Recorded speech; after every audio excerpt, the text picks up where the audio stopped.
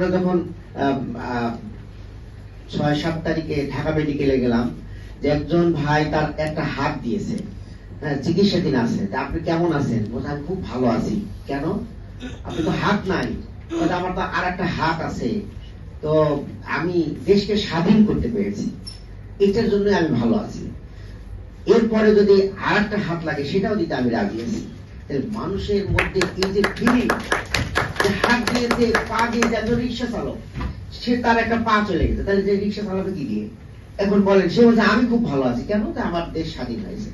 তো আমরা কিন্তু এই অনুভূতিটাকে ধারণ করতে পারছি না। এখন জুলাই ঘোষণা হলো, জুলাই ঘোষণায় অনেক কিছুই নাই। এটা কি ঘোষণা হলো আমরা বুঝতে পারছি না, এবং সেই ঘোষণা কবে আইনগত ভিত্তি পাবে তারও কোনো ডাইরেক্ট কোনো ইঙ্গিত নাই।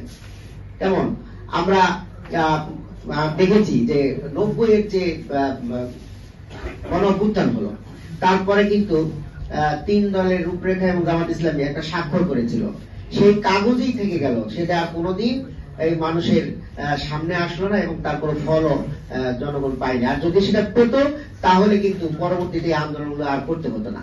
তো আজকের এই ঘোষণাপত্র যদি আইনগত ভিত্তি না থাকে এবং তার একটা সুনির্দিষ্ট মানে সময়সীমা দিতে হবে, এবং অন্তর্বর্তীকালীন সরকার কি এই ব্যবস্থাটা করতে হবে, না হলে সেটা ওই কাগজেই থেকে যাবে। আর একটা বিষয়, ঐক্যমত কমিশনে যে এগুলো ঐক্যমত হচ্ছে, 19টা বিষয়ে ঐক্যমত হয়েছে, কিন্তু সেখানে প্রায় 10টা বিষয়ে নোট অফ ডিসেন্ট দেওয়া আছে একটা বড় দল, যারা বলছেন যে এটা হতে পারে, তবে আমাদের ভিন্ন মত আছে।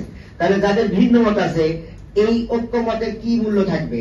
তারা যদি ক্ষমতায় আসে, তারা বলবে যে এটা তো আমাদের ভিন্ন মত ছিল, অতএব এটা আমরা মানে বাস্তবে রূপদান করব না। তাহলে এই ঐক্যমতের কোনো মূল্যই থাকবে না।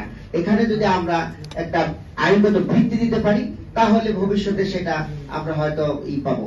সম্মানিত উপস্থিতি, আমি এই অন্তর্বর্তীকালীন সরকারকে বলবো যে আপনার যথেষ্ট আইনগত ভিত্তি আছে, আপনাকে জনগণ ওন করেছে, জনগণ এনেছে, অতএব আপনি এই জনগণের কাছে দায়বদ্ধ, অন্য কোন এজেন্সির কাছে আপনি দায়বদ্ধ নন।